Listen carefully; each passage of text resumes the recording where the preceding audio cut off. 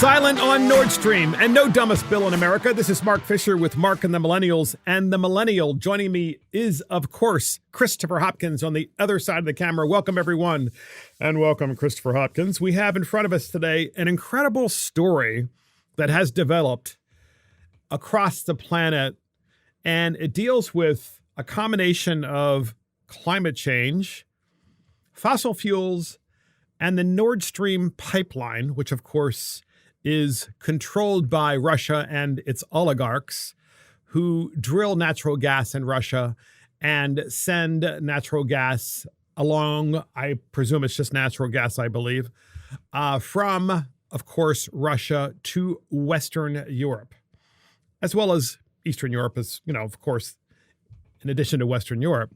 So why does this matter, ladies and gentlemen? This matters because this past week, the Nord Stream pipeline developed a strange series of leaks. And of course, there was this massive bubbling in the sea from natural gas bubbling up to the surface of the sea. And the question is, who sabotaged the Nord Stream pipeline? And if you recall, the Biden administration said and warned that there would be no Nord Stream pipeline if Russia no Nord Stream 2 if Russia continued to build it.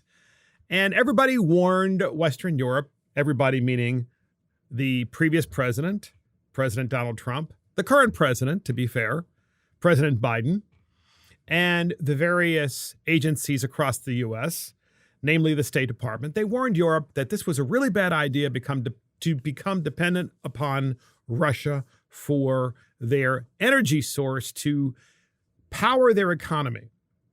And it's not just power the economy, because that's kind of a broad statement, but more or less that's what it did. It kept your house warm. It kept the electricity plants running, so you had electricity. It basically provided the power needed to run the factories, because Germany in particular, but most of Western Europe, decided that it was going to go green, and therefore no fossil fuels could be extracted from Europe, and instead they would just be bought from elsewhere. Not the U.S., of course, because the U.S. is bad. No, they wanted to buy all of these fossil fuels from Russia. Really bad idea. So then we have this story where we have the Nord Stream pipeline that suddenly and miraculously, ladies and gentlemen, has a leak in it, and then a series of leaks, as it is determined, that just kind of developed. And who do you think, I don't know, who do you think made these leaks happen? We've heard this reported a little bit. It's obvious that the Navy SEALs, I mean, they have that capability. It seems kind of obvious that it was the U.S. Navy SEALs that sabotaged the Nord Stream pipeline. To me, it's just blatantly obvious, and it's kind of a payback to Russia and to the oligarchs for fueling and funding this war in the Ukraine and wreaking havoc on Europe. Of course, we know that Western Europe has a history, and Europe as a whole has a history of sabotaging itself, because the United States has been called to save Europe twice from war. And here we have another situation where Europe, for whatever reason, decided to become dependent upon what? A dictator, effectively a dictator, a strong man in Russia.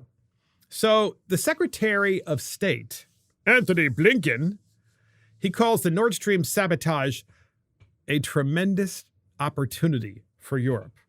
And so, ladies and gentlemen, before I read this article a little bit and then play Antony Blinken's clips for you, there are 3 of them that we have, I just have to set this up and ask you the question, because this is really where we're heading with this. The question is as follows. Why is it that the left is silent on Nord Stream pipeline? Why is it that there's this pipeline that has been blown up in a number of places, at the bottom of the sea, and the pipeline is leaking, clearly leaking natural gas, And the left is utterly silent about climate change and about the damage this is doing to the environment, which clearly it is. Okay, clearly, if a pipeline is leaking in the sea, it's damaging the sea. That's obvious no matter what your party affiliation. I think that's kind of just scientifically correct. But the left is quiet about this. Why are they so quiet and silent on this matter? And we're going to revisit that question. But first, Secretary of State Antony Blinken said on Friday that the sabotage of the Nord Stream natural gas pipeline could be advantageous for Europe because the continent may no longer be able to rely on Russian energy. Blinken told reporters that Europe now has a tremendous opportunity to achieve energy independence since it can no longer rely on Russian gas deliveries through Nord Stream 1 and Nord Stream 2. So wait a minute. Ladies and gentlemen, Western Europe decided that they were going to go green, completely green.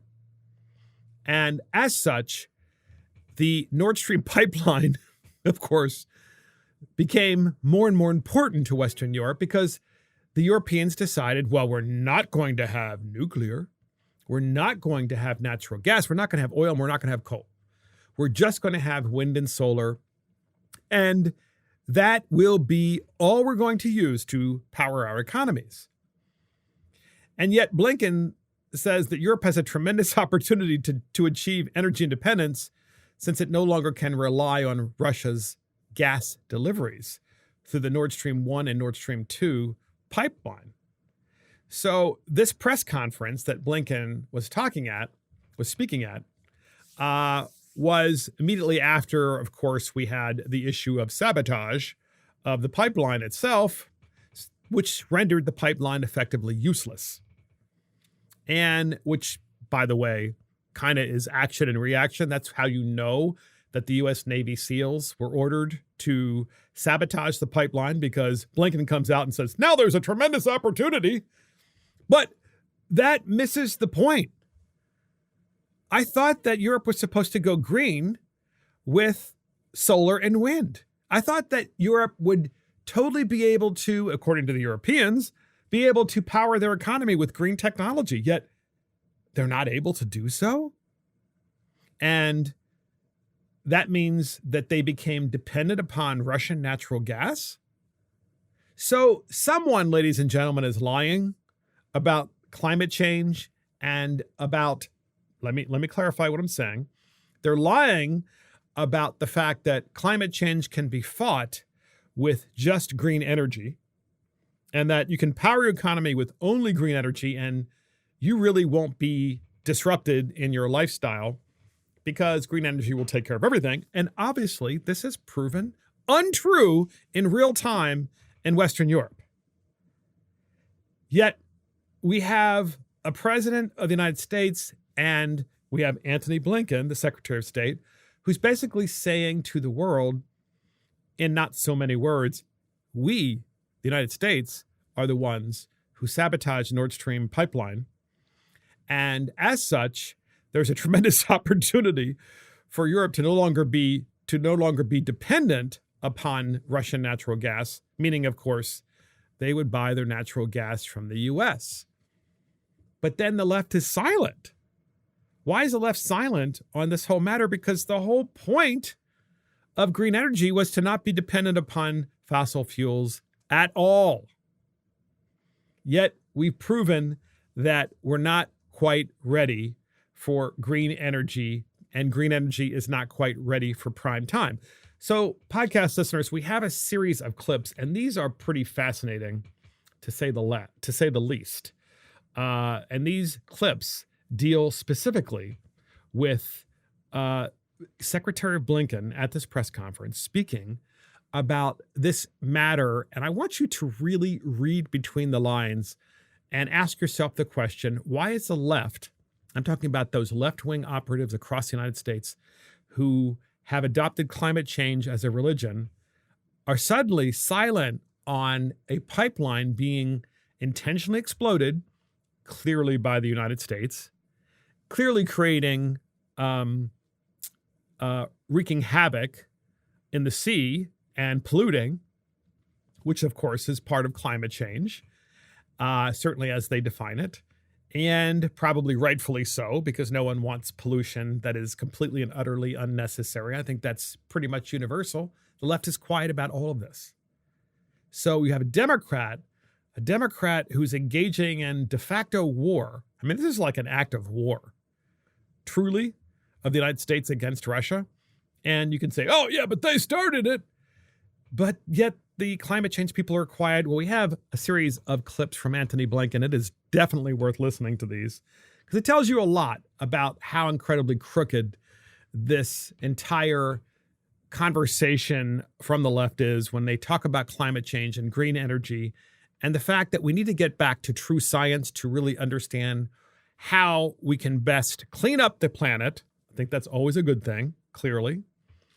But doing so in a way where our lives continue to improve and that we're not going back to the last century or the century before when we didn't have electricity. So first up, here's the first clip from Antony Blinken. We're not pumping gas into Europe at this time. Nord Stream 2 never became operational, as is well known. Nord Stream 1 has been shut down for weeks because of Russia's weaponization of energy. What we've been doing, and we've also been working on this together for many, many weeks, as we saw the Russian aggression in Ukraine and as we saw the ongoing weaponization of energy by Russia, is to work very closely with European partners as well as countries around the world to make sure that there is enough energy on world markets. And so we've significantly increased our production as well as making available to Europe liquefied natural gas. Weaponization of energy. The left has weaponized energy. The left in Europe and the left in the United States, they have weaponized energy in such a way as to say there is only one solution, and that solution must be their prescribed solution of wind and solar, which has resulted in blackouts and brownouts in an entire state of California. And similarly, blackouts and brownouts in Western Europe and Eastern Europe because of the stupid left's policies. And then Antony Blinken says in the same part of that clip that you just heard that Nord Stream 1 and 2 weren't operational when the pipeline was sabotaged. And therefore, by reference, although he didn't say this, but by reference, what he's saying is no natural gas was emitted into the sea and into the atmosphere. So therefore, no pollution had occurred as a result of this sabotage and blowing up a few portions of the pipelines. And the truth is that of course there was natural gas in the pipeline. Of course, I mean, you look at the sea and you see look, ladies and gentlemen, the idea that the left is being straightforward with you, the President of the United States and Antony Blinken, about the very matter of natural gas and the need for natural gas to sustain life in Europe, because they so stupidly went down the path of relying exclusively on renewables, which are insufficient to sustain life in Europe, just like they have proven to be insufficient to sustain life in California. They're not even talking about this, and nor is the media, of course. Why would the media talk about this? And we have in front of us the best example, really, in modern human history of an entire European continent that has decided to shoot itself in the foot over energy and stupidly becomes dependent upon a dictator for their energy. And we have in the United States the left who is trying to do the same thing, but meanwhile, President of the United States who's lying about it and a Secretary of State who's lying about it. And I know what you're probably going to say out there. You're probably going to say, well, and certainly the left is going to say this, it doesn't mean that we shouldn't still try to be cleaner with our energy. Fine. But natural gas is proven to be the cleanest of all the fossil fuels. Okay, fossil fuels, that is a fact. And why not just use nuclear energy? Right? But the Europeans even have been closing those plants as well. So stupid. So stupid. And the left has forced these policies. And you have to ask yourself the question, if you really, truly are concerned about the planet, why wouldn't you be building more modern nuclear power plants? Of course you would. So we have another clip from Antony Blinken from this same press conference. And I want you to listen to more of the stretching of the truth. I'm sure his nose is growing like crazy in this video. And it's all about this Nord Stream pipeline, how the left is just completely in denial about how their policies are failing the planet. But of course, they're not affected, but you and I are. We have that clip. Here it is. And we're now the leading supplier of LNG to Europe to help compensate for any gas or oil that it's losing as a result of Russia's aggression against Ukraine. We've worked to release oil from our strategic petroleum reserve to make sure as well that there was oil on the markets and to help keep prices down. We've engaged with the European Union and established months ago a task force to work directly with Europe on ways to decrease demand to help get through the winter, as well as to pursue additional supply and to find ways to speed up the transition to renewables, even as we're getting through this challenging period. So that's Antony Blinken saying we, as in the United States, are now the leading producer and supplier of natural gas on the planet.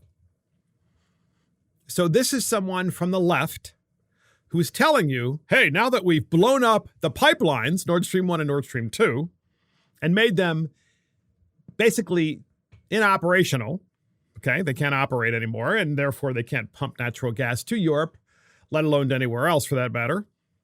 The United States of America has picked up the slack, and now we're the world's biggest producer of natural gas. Well, I thought natural gas was bad, according to the left. And oh, by the way, if you are in Congress and you're on the House Foreign Affairs Committee, and if you're the Speaker of the House and you get these daily briefings from the CIA and from the military, and you knew that the U.S. government was going to send Navy SEALs to sabotage Nord Stream 1 and Nord Stream 2,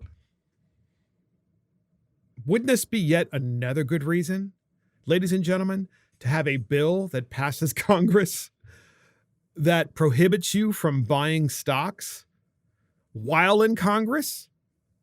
Because what kind of stocks on Wall Street would you have bought if you knew that Nord Stream 1 and Nord Stream 2 were going to be sabotaged by the United States Navy SEALs? Obviously, that had to have been ordered by the President of the United States, to be clear. But you got this briefing from the military and or from the CIA because you're high up in the U.S. government. Well, you would probably buy stocks of companies that drill natural gas in the United States and export natural gas from the United States.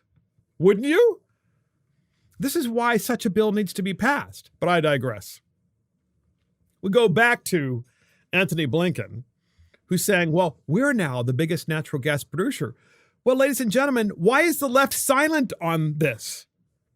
The left told us, President Biden, Nancy Pelosi, Gavin Newsom, all of these crazy people who want to, one day be even more powerful than they already are, they've all told us that natural gas is evil and is bad. And yet, here's Antony Blinken basically,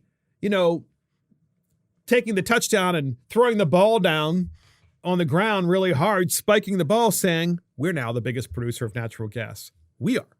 It's us. We're the ones who are the big guys now on the block because we have all the natural gas that can be sent overseas. And folks, just so that you all know out there how this is possible, in my own home county, we have a liquefaction natural gas export plant. Basically, what that means is that there's natural gas that's piped underground to the plant.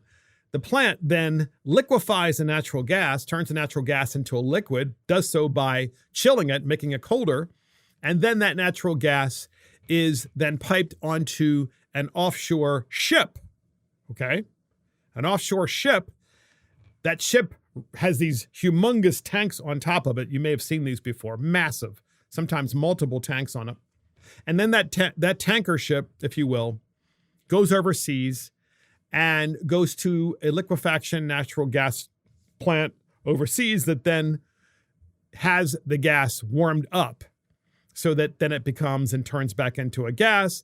And it is typically then piped from that ship to utility plants that generate electricity using natural gas to generate electricity. Long explanation, but that's in my own county. And as you can imagine, the company that owns that natural gas plant probably is worth a lot of money. In the case in my county, it was Dominion Energy that owned it, and then they sold that plant to Berkshire Hathaway about a year and a half ago or so.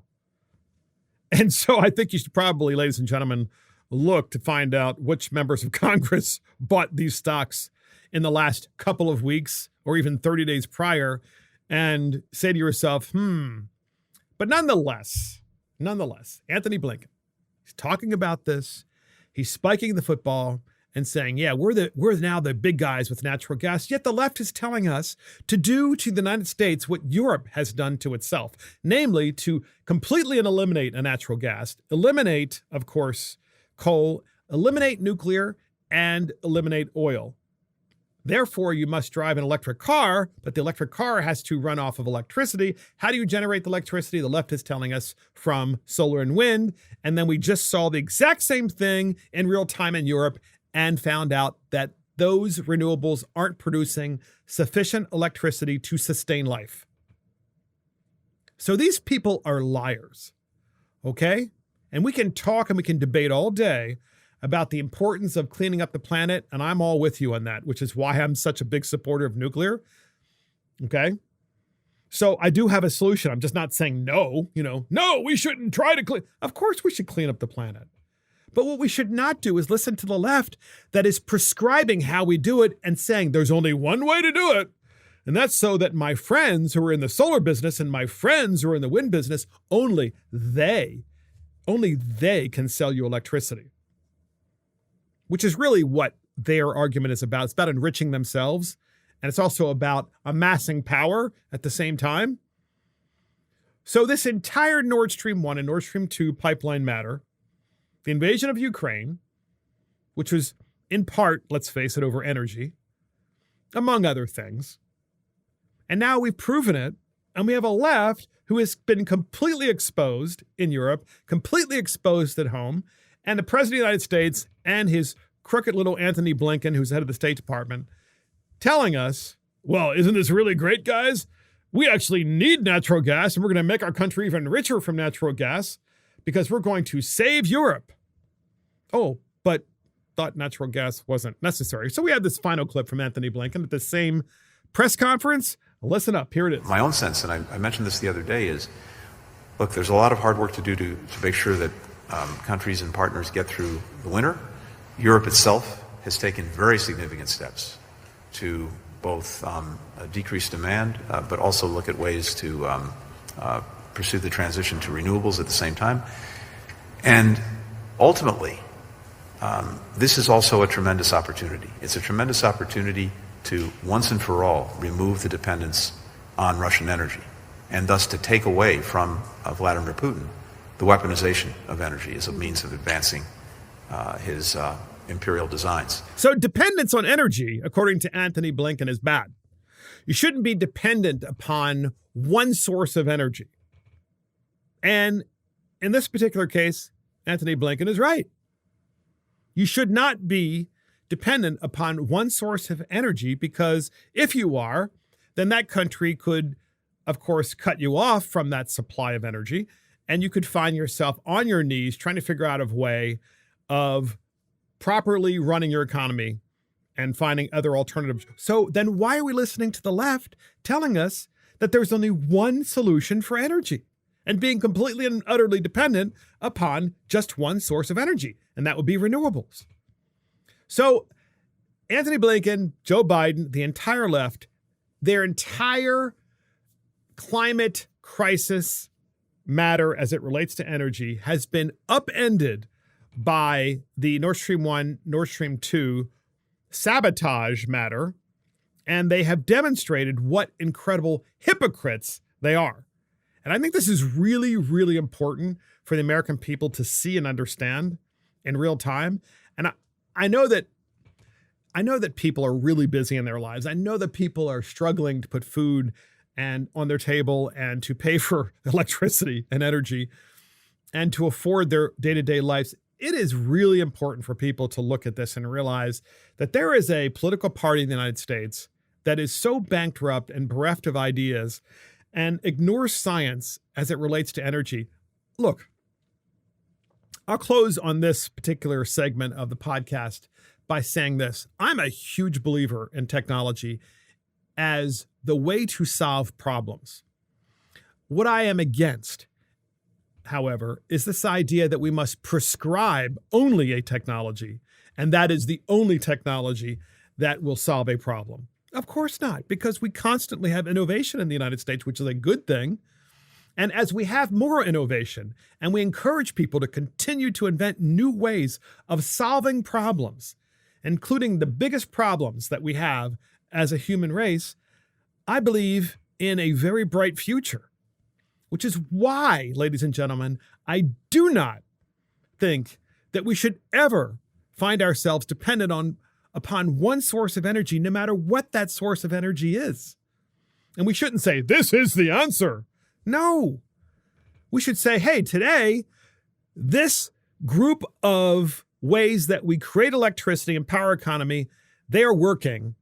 And we have lots of different choices, and that is the answer. And there probably are better ways that we have not yet discovered. Let millions of Americans try to find out what those ways are. And let them invent new ways to find a better way and a cleaner way to power the human race's needs for survival. And I think we've proven in this segment and demonstrated what a bunch of utter idiots and hypocrites the left is, I should say, in Europe as well as in the United States. And Joe Biden, by the way, also started finger pointing at gas stations. He did this week, right? So you have Joe Biden blowing up Nord Stream 1, Nord Stream 2 pipeline, ordering Navy SEALs in there to do it. It's obvious that's what happened. And then you have Anthony Blinken. He comes out and talks about how the United States is now the biggest producer of natural gas, and that's a good thing. But of course, they told us all during the election and since that climate change is happening, and you should not be able to use any of these kinds of fossil fuel energies. And then Joe Biden then says and points at gas stations and says they're the problem with high prices at the pump. I mean, these people obviously rely on the dumbest among us to vote for them.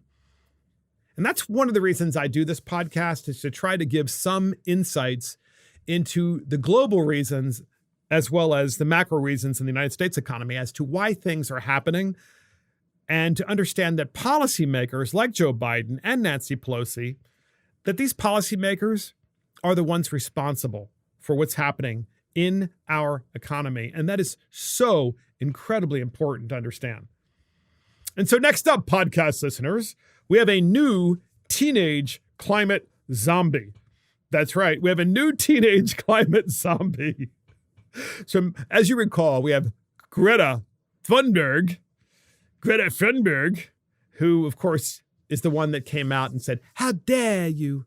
And of course, she has disappeared from the scene for a variety of reasons. One is because she's an adult now. And the other is because, of course, so much of this climate policy that has occurred in Europe has resulted in disastrous consequences for the citizens of Europe, as we have seen with the dependence upon Russian natural gas. So Greta Thunberg, who's lost all credibility, has now a replacement, maybe, and it's a new person. And this particular climate activist went on an interview, and it is hysterical. We're going to play the clip for you in a minute, but we have to set it up. So a teenage climate activist made herself look like a fool on New Zealand radio late last month.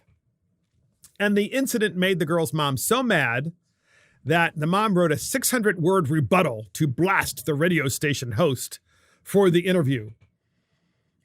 On September 23rd, 16-year-old, yes, you heard that correctly, it's a 16-year-old climate activist, which, like Greta Thunberg, we need to listen to them because, they're so incredibly worldly and knowledgeable about all things relating to what human beings need in order to survive and how to make them, and they're just experts and they're geniuses.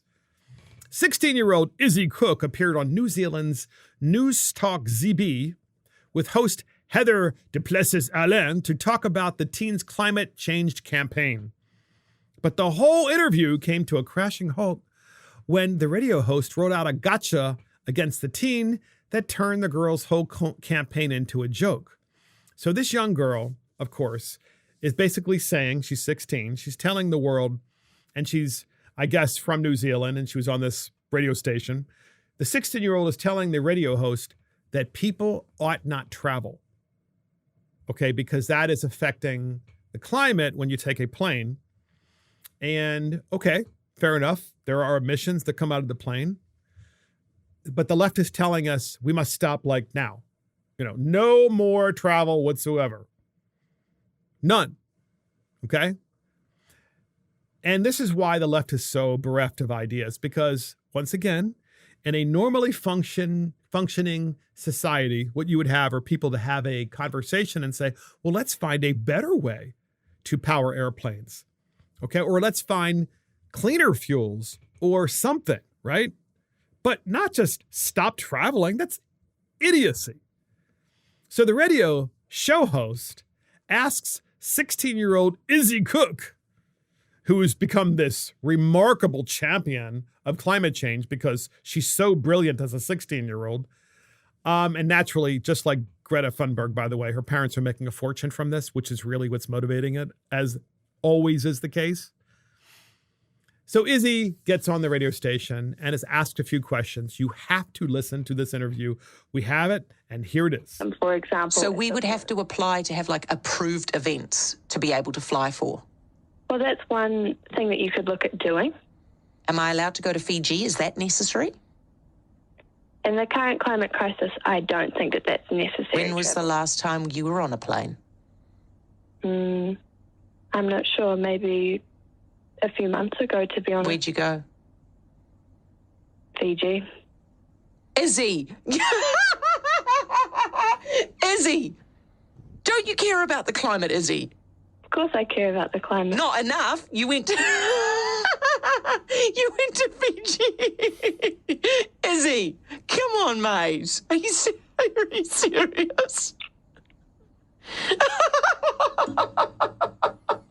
you serious, Izzy? Well, it's pretty Are you still ironic. there? It is pretty ironic, but to be honest, it's not really a trip that I wanted to go on, but I can't really get out of it because Why'd my you parents wanted to go? Why'd you go? My parents wanted to go. Izzy! I didn't want to go. How are you embarrassed that your parents did that to the planet and then forced you to do it as well? Of course I'm not embarrassed. Did you have a terrible time? Not really. I didn't have to do anything. So, come on. You have to admit that is awesome, right? So that's what it should have been done with Greta Thunberg. But the media was so enthralled by Greta Thunberg. Greta Thunberg was the oracle. She had been sent here as the savior of the human race and the savior of the planet. Ladies and gentlemen, by all means, as I've said before, we should be able to talk about and debate the need to run and improve the way we live and improve the environment in every way that we can. Of course. And we should do that through innovation. Okay? That's how we do it. We don't do it by telling people, you need to stop flying on planes. You need to stop using your car. You need to stop using electricity. I mean, that's what the left wants you to do. But here you have a 16-year-old who's literally saying that. And among things, she specifically said, you should stop flying on planes. She goes on this radio station in New Zealand, and the radio host is like, well, when was the last time you flew on a plane? And like an idiot, the 16-year-old, naturally, because it's a child, says, well, I was on a plane, where'd you go? Fiji. Oh, you went to Fiji.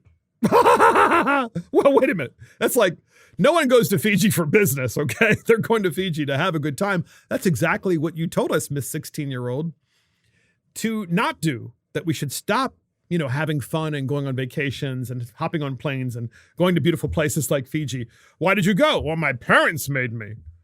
Oh, your parents made you. And then she's like, well, yeah, it is kind of ironic. And as Christopher Hopkins said on the other side of the camera, he said, yeah, it's not ironic. It's absolutely hypocritical, which of course it is.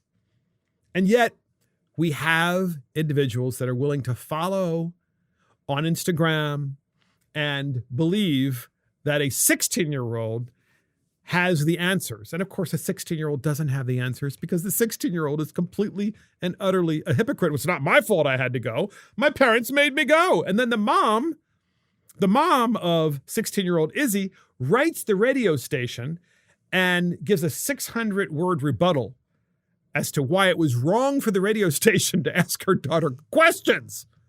You can ask questions. You can ask questions about this.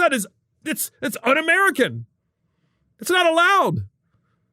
I mean, climate change is settled science, except that in this particular case, the 16-year-old is saying only she can take a plane and go to, of all places, Fiji. But you cannot.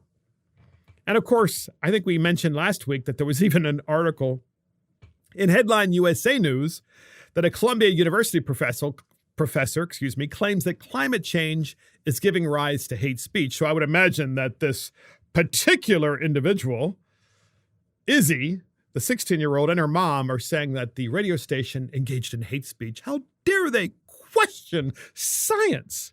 Never question science. Just like the Europeans, right? The European greenies never question science. Yes, we're going to freeze this winter, but don't question science. I mean, we know that the green energy plan is going to work. You might freeze over the winter, but don't question us, ever. We're always correct. And yet we have with us another teenage climate zombie. Hopefully the adults in the room will take over and just say, you know what? It's great. It's wonderful. But, just telling people what they can't do is not the solution. You actually have to have a solution in place of telling people what they should do, right? You should have alternatives, not just your solution. So next up, podcast listeners, CNN and Marco Rubio go at it. This is really kind of interesting because there's more to this story than actually what meets the eye.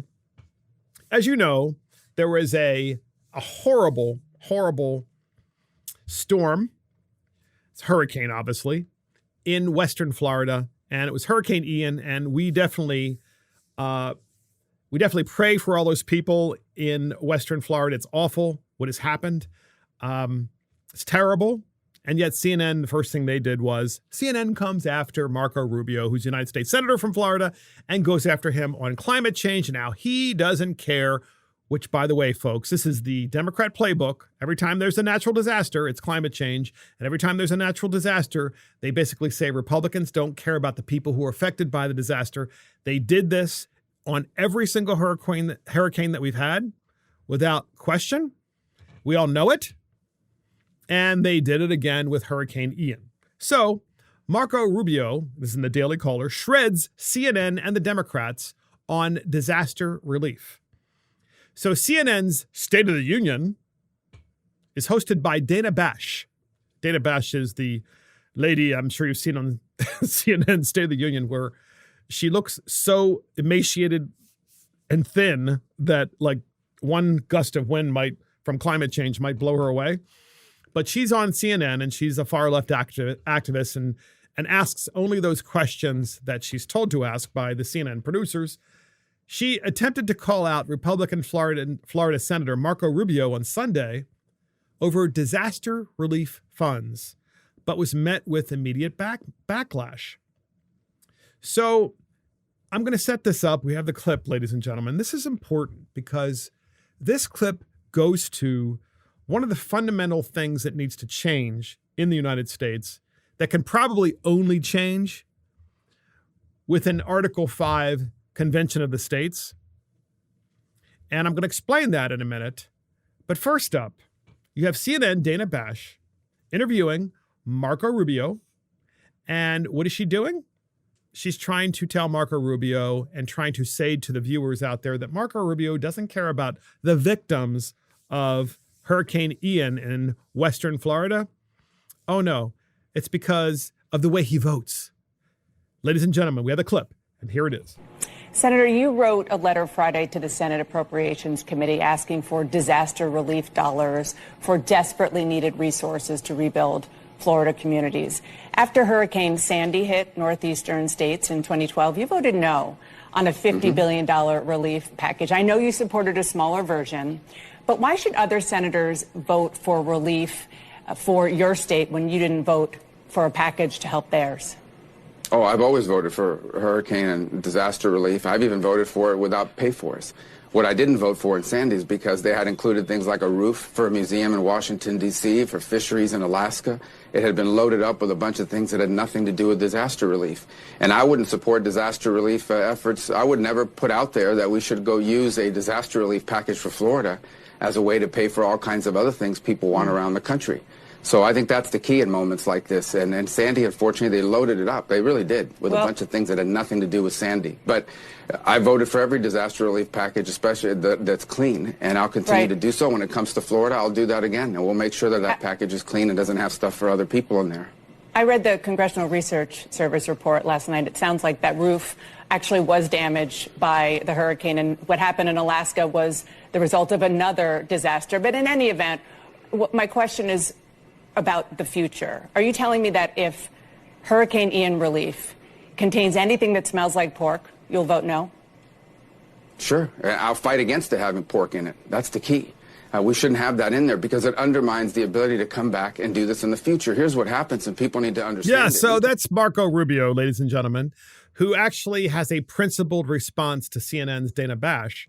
And he says, no, I didn't vote for the funding for Hurricane Sandy because they loaded it up with all kinds of, they loaded up the bill, that is, with all kinds of spending that had nothing to do with Hurricane Sandy. And likewise, Hurricane Ian, the same approach is being taken, namely, well, let's use this hurricane and let's use this awful event, this natural disaster, as an opportunity to fund things that have nothing to do with helping people that have been affected by Hurricane Ian. And of course, Dana Bash is like, well, the last time you did this, you voted against Hurricane Sandy, there actually was funding in there, and the funding really was needed, because I read the Congressional Research article, and it said that the people in Alaska really needed the money, even though, of course, it was for Hurricane Sandy victims in the southeastern United States. And we also had funding in there for a museum in Washington, D.C., and they had a roof that was leaking. I mean, CNN is so incredibly dishonest, and I know we know this, but ladies and gentlemen, the undertone of this interview goes to a much greater problem in the United States of America. And that is, we have out-of-control government spending. And this has been sustained by Republicans and Democrats. And we have government that has decided that there's nothing it cannot spend money on and not do.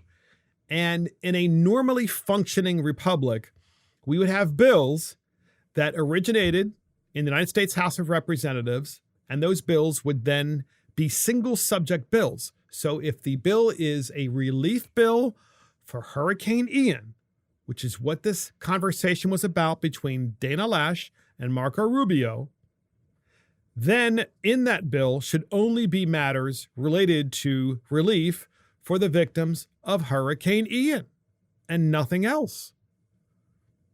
And that's the way all bills should be that are introduced and ultimately pass in the United States Congress and that are signed by the President of the United States. Namely, they should be single subject bills. They should be honest, and there should be truth in advertising of what the title is of that single subject bill.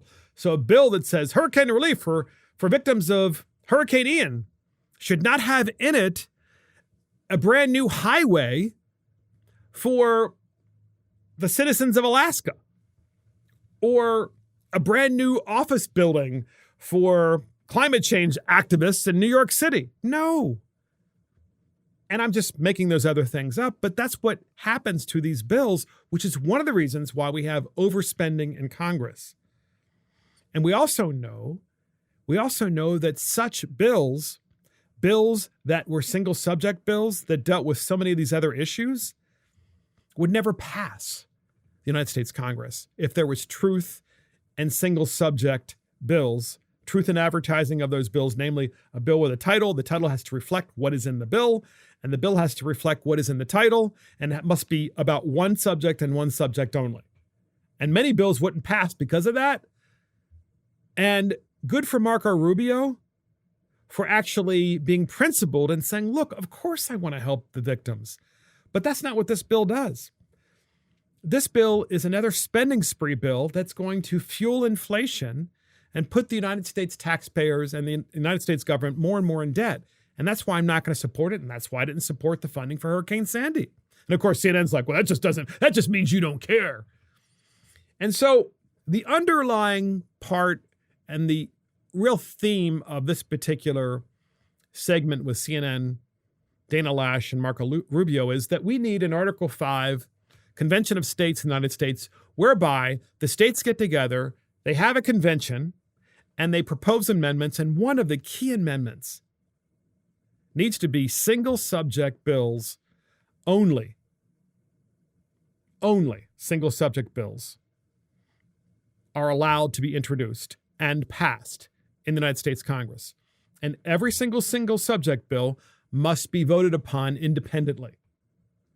You can't put a bunch of single subject bills together to create an omnibus bill and have everybody vote on it. No, each single subject bill must stand on its own, and you must have an up or down vote.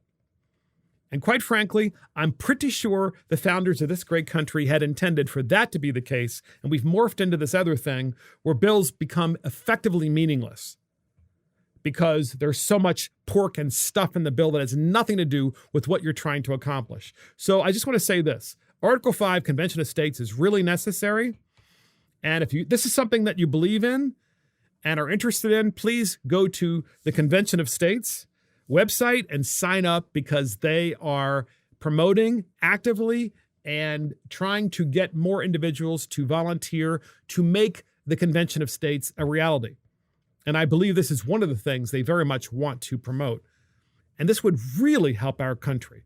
It would really help our country because so many politicians would be thrown out of office if they voted for a lot of these bills that were single subject bills, as opposed to hiding that funding in a larger bill that had a different title that had nothing to do with what ultimately was inside the bill. Conventionofstates.com. Conventionofstates.com. Thank you, Christopher. So please do that. It would make a lot of sense. And I just want to say kudos to Marco Rubio. Plenty of times he's done things I don't agree with, and this is typical for all politicians. No politician is perfect.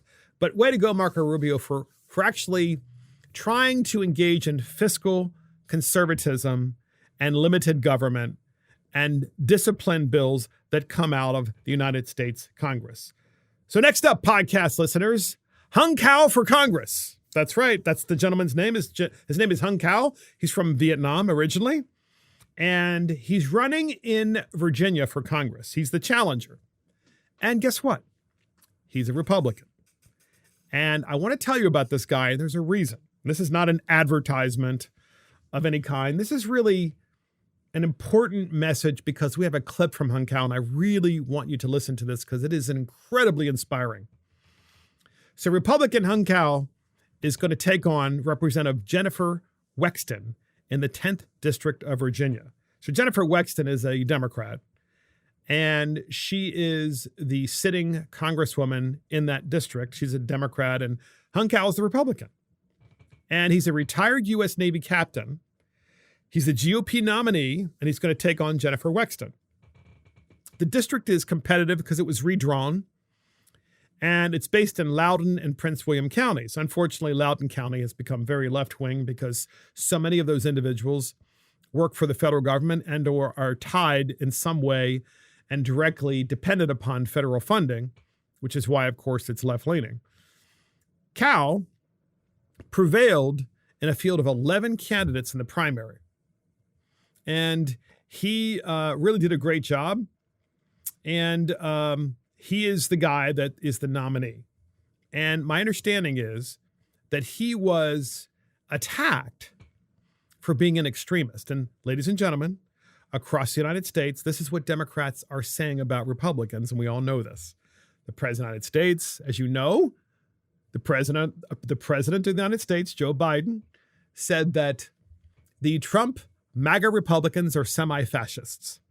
And you hear Hillary Clinton, she's saying the same thing. Suddenly she's come back from retirement. She's saying the same thing. Democrats across the country, it's really all they have. They can't talk about their policies. They can't discuss policy and why their policies are failing the American people and failing the economy. But what they can do is just say, well, the other side, they're a bunch of extremists. Now, this is a guy who is actually originally from Vietnam, and he has an extraordinary background. And he has this beautiful family. And I just want to tell you right now, I mean, he has, I think, let's see, it's 1, 2, 3, 4, he has 5 beautiful children. And he is an American hero, served his country, and he's in this debate. And he's accused, of course, by his opponent, Wexton, of being an extremist. What a surprise, right? What a surprise. And this is just so funny, right? He's served his country. So Hung Cao decides to respond in the debate and holds up the flyers that his opponent has sent out calling him an extremist, these massive flyers, which just shows you, right? This is what you do when you're a Democrat and you have nothing to really sell people on about what your policies are doing and whether they're working, so they go after him. We have this clip.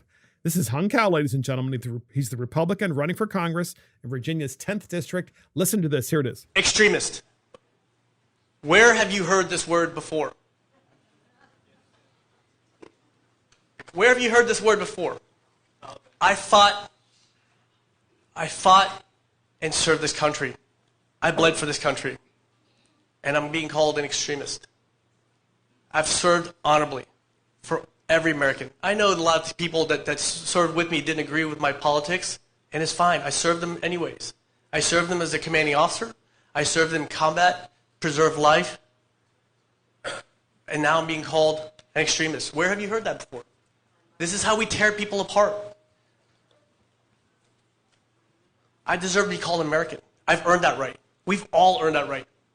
We've earned that right to be called Americans. Not because we weren't born here. I mean, that's what Ronald Reagan said, right? You can go to France, you go to Germany, you can go to England, but you'll never be French, you'll never be German, and you'll never be British. But anybody can come to the United States and be called an American.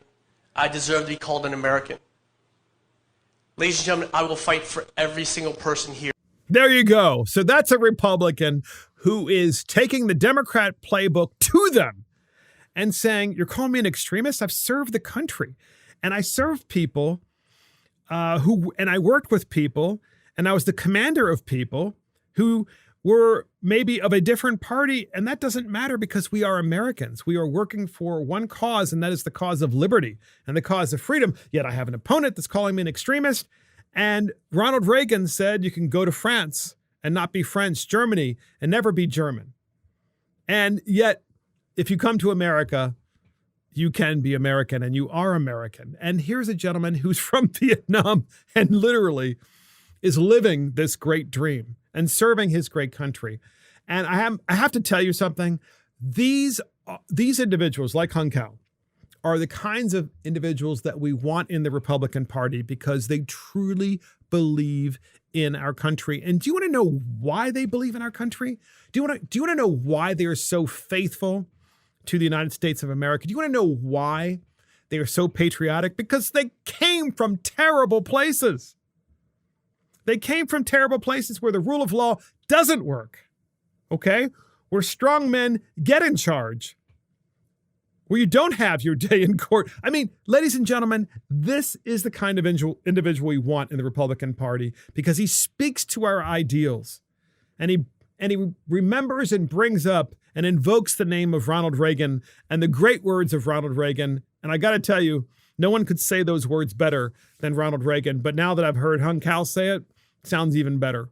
Sounds even better. The vision of Ronald Reagan is coming true in real time.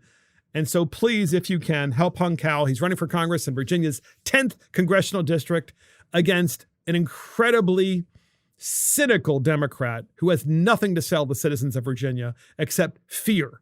That's all she has, is fear itself to sell to the citizens of Virginia's 10th congressional district.